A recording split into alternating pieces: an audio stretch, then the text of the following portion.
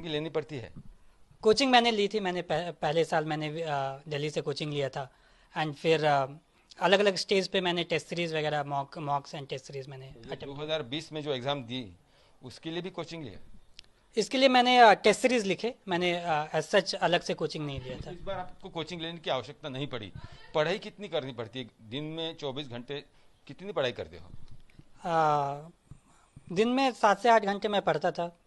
And pre के बाद मैंने ज़्यादा पढ़ा, 8 से 10 घंटे करके पढ़ा होऊंगा। सो ऐसा नहीं है कि 24 घंटे आपको पढ़ना पड़ता है। तो दोस्तों आशा करता हूं कि ये वीडियो आपके लिए मोटिवेशनल और इन्फॉर्मेशनल रहा होगा। चलिए आज का डाउट देखते हैं। आज का डाउट पूछा है निकिता गवड़े ने। उन्होंने पूछा है how to manage college along with UPSC preparation. तो दोस्तों मैंने इसका जवाब बहुत सारे एस्पिरेंट्स जिन्होंने कमेंट में पूछा है उनको दिया है। अब मैं एक वीडियो भी बना देता हूं क्योंकि बहुत सारे एस्पिरेंट्स का यही डाउट रहा है कि कॉलेज के साथ साथ वो कैसे प्रिपेयर करेंगे। देखिए मैं आपको अभी 3 इयर्स का जो कोर्स है या फिर आपका 4 ईयर का कोर्स है जो कि इंजीनियरिंग का आता है, तो उसके लिए मैं आपको बता देता हूं। आपको इनिशियली स्टार्टिंग जब आप कॉलेज स्टार्ट करते हैं तब से एक चीज जो रेगुलरली करना है, सुबह या शाम को 1-1.5 घंटा आपको न्यूज़पेपर रीड करना है। ये हैबिट आपको डेवलप करना है। और उसके बाद जब आप सेकेंड ईयर के एंड में होंगे तब से आपको न्यूज़पेपर के भी क्या बोलते हैं उसे, नोट्स बनाने होंगे। उससे पहले आपको नोट्स नहीं बनाना है, आपको करंट अफेयर्स रीड करना है। अब जब करंट अफेयर्स रीड करेंगे तो आपको ये नहीं करना है कि आप सब कुछ रीड कर रहे हैं। पॉलिटिकल न्यूज जो कि पार्टी के जो टजल्स होते हैं ये नहीं अवॉइड, ये सब अवॉइड करना है। और आपको इकोनॉमिक न्यूज जो कि इंडिया में जो इकोनॉमिक डेवलपमेंट है इसके रिलेटेड जो न्यूज होंगे उसको फोकस करना है। शेयर मार्केट वगैरह अपने इंपॉर्टेंट नहीं होता है, तो सिर्फ उस चीज को फोकस करिए कि इंडिया के ग्रोथ में क्या क्या फैक्टर्स ऐड हो रहे हैं इन चीजों को। और उसके अलावा अगर आप एडिटोरियल्स देखेंगे तो इंटरनेशनल इश्यूज को आप फोकस कर सकते हैं। कहीं पे भी अगर कोई ऑयल क्राइसिस हो गया या फिर कोई और क्राइसिस होते हैं उसका इम्पैक्ट इंडिया पे कैसे पड़ेगा, ये बहुत सारी इंपॉर्टेंट चीजें होती है। तो इन चीजों को आप सब रीड करिए। इस तरह से आप अगर फोकस करके न्यूज़पेपर रीड करेंगे तो आपका न्यूज़पेपर का जो एस्पेक्ट होगा 1-1.5 साल से आपको बहुत अच्छा हो जाएगा। फिर नोट बनाने में आपको ज्यादा दिक्कत नहीं आएगी। उसके बाद जब आप लास्ट ईयर यानी फाइनल ईयर पे होंगे तो आप स्टार्टिंग से ही एनसीईआरटी रीड करना शुरू करेंगे। और फर्स्ट रीडिंग जो है आप बिल्कुल समझने के लिए रीड करेंगे, उसमें नोट्स नहीं बनाएंगे। उसके बाद सेकेंड रीडिंग में आप मार्क करेंगे कौन से इंपॉर्टेंट पोर्शन है। मैंने इससे भी पहले बता दिया है कि वीडियो में कि कैसे आप 3 पॉइंट्स में नोट्स बनाते हैं, 3 स्टेप्स में।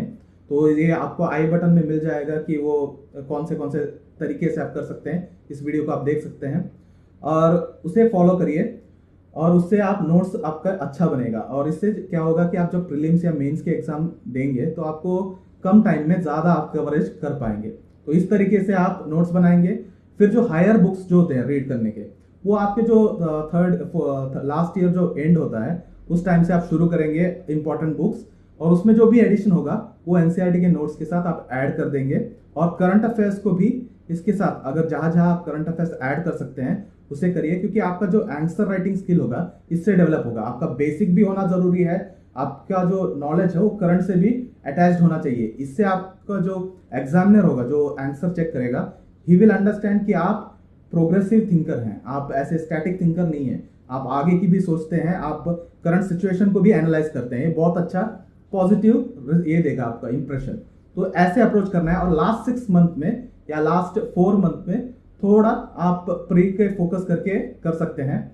आपका जो लास्ट ईयर जो होगा आपका प्रिपरेशन जो कॉलेज का, उसमें आप टेस्ट पेपर सीरीज भी ज्वाइन कर सकते हैं। बीच बीच में टेस्ट पेपर दिया करें ताकि आपको जो है समझ में आ जाए। और डेली आप एक 5 क्विज, ये जो कुछ क्वेश्चंस होंगे वो आप फर्स्ट ईयर से ही कर सकते हैं। आपके ग्रेजुएशन के फर्स्ट ईयर से ही ऐसे ही करते रहिए। आप क्विज करिए और उसके आंसर्स चेक करिए। इससे क्या होगा कि एमसीक्यू करने के जो आपका जो मेंटालिटी है वो डेवलप होगा और बहुत ही बेनिफिशियल होगा। जब भी आप प्रीलिम्स देने जाएंगे आपका इंस्टिंक्ट बता देगा कि आंसर्स कौन से सही हैं। इसे कहते हैं स्मार्ट गेसिंग।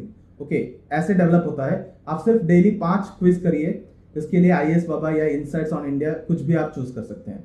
ये एक मेथड है। इस तरह से अगर आप प्रिपेयर करेंगे तो आप 100% नहीं कह सकते कोई भी, लेकिन मैक्सिमम चांसेस है कि आप फर्स्ट अटेम्प्ट में ही क्लियर कर लेंगे।